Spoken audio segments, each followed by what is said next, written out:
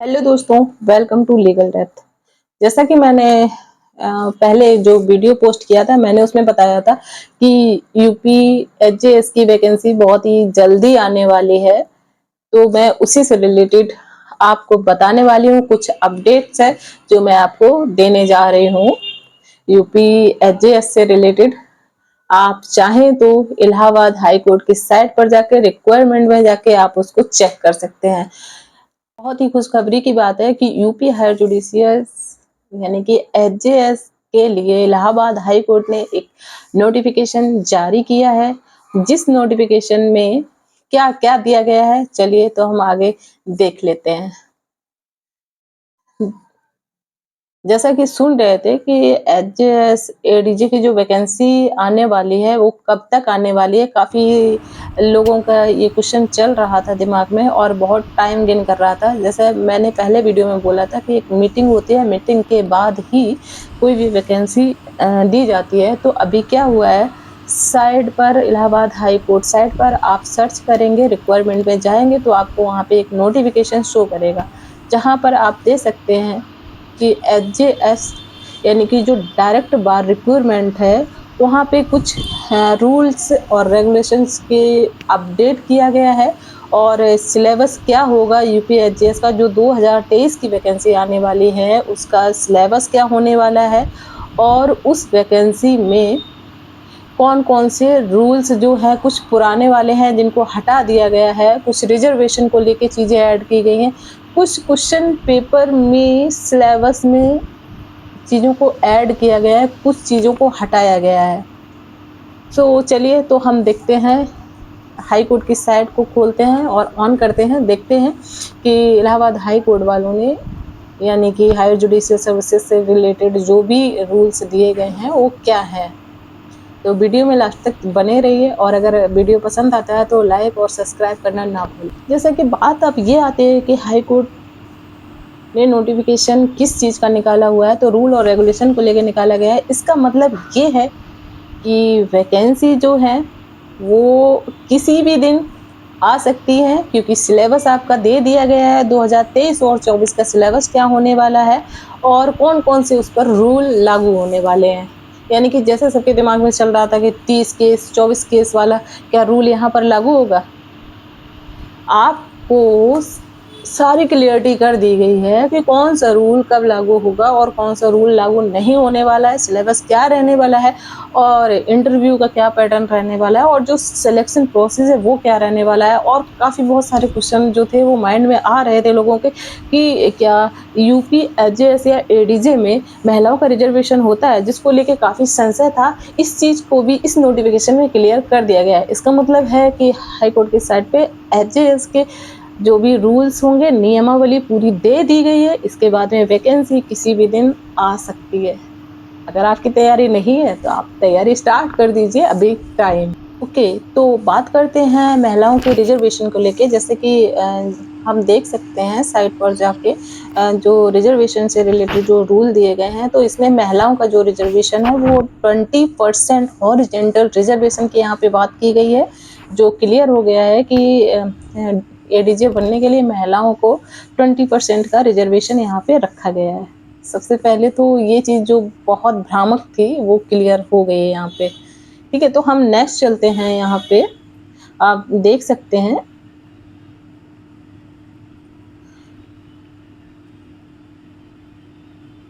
बाकी तो सारी चीज़ें एज इट इज़ हैं। प्रीलिम में जो चीज़ें हैं वो एज इट इज़ हैं। आपको मेंस के लिए 45% कंपलसरी रखा गया है, तभी आप क्वालिफाई करेंगे। और जो नेशनलिटी है, आप एक बार इस नोटिस को देख सकते हैं, साइट पर जाके आप क्लियर ही ले सकते हैं। तो आई थिंक आप लोगों के लिए बहुत बड़ा अपडेट होगा।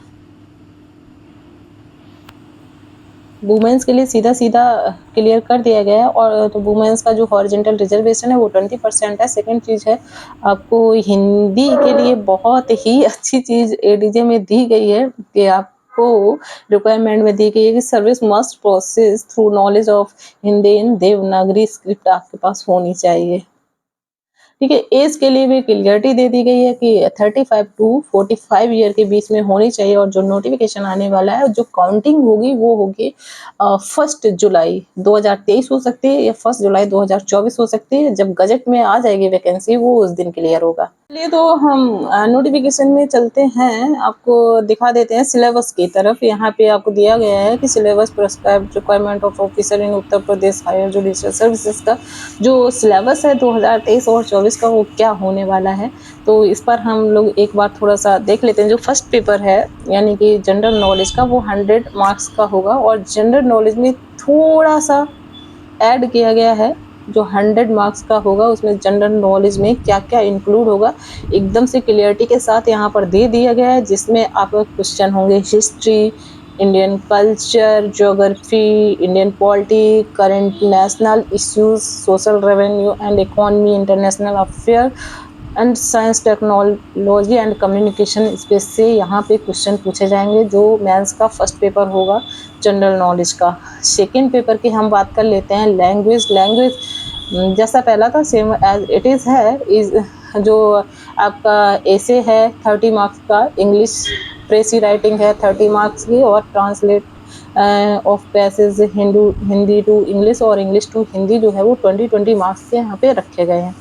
सेकंड चीज़ हम यहाँ पे देखते हैं, अपने लॉ के पेपर पे आते हैं। तो पेपर जो थर्ड है यानी कि फर्स्ट लॉ सब्सटेंटिव लॉ की बात करते हैं, तो यहाँ पे जो फर्स्ट पेपर है यानी कि तो 200 मार्क्स का, यानी 3 घंटे के लिए, जो एज इट इज़ है पहले की तरह ही है। इसमें कॉन्ट्रैक्ट है, partnership, easement, law relating transfer of property. आप एक बार इसको देख लीजिए, और नहीं तो हम सिलेबस का एक अलग से वीडियो अपलोड कर देंगे, आप उस पर जाके आप उसको सर्च करके देख सकते हैं। और इसमें हाँ, एक चीज़ क्लियरिटी के साथ इसमें दे दी गई है, जो फर्स्ट पेपर है वो 50 मार्क्स जो है वो रिलेशन टू कॉन्स्टिट्यूशनल लॉ से अलग से पूछे जाएंगे, यानी कि 50 क्वेश्चन जो है वो सेपरेटली कॉन्स्टिट्यूशन से रिलेटेड होंगे। और जहाँ फोर्थ पेपर की बात कर रहे हैं, procedural and evidence, as it is जो अभी तक चल रहा था वही है, सेम आप उसको देख लीजिए। मैं सिलेबस में इसको अपलोड कर दूंगी। चलिए, हम जो इम्पोर्टेंट टॉपिक है यानी कि जो 5वां पेपर होता है panel revenue and local laws के, क्या इसमें कोई अमेंडमेंट किया गया है 2023 और 24 के लिए?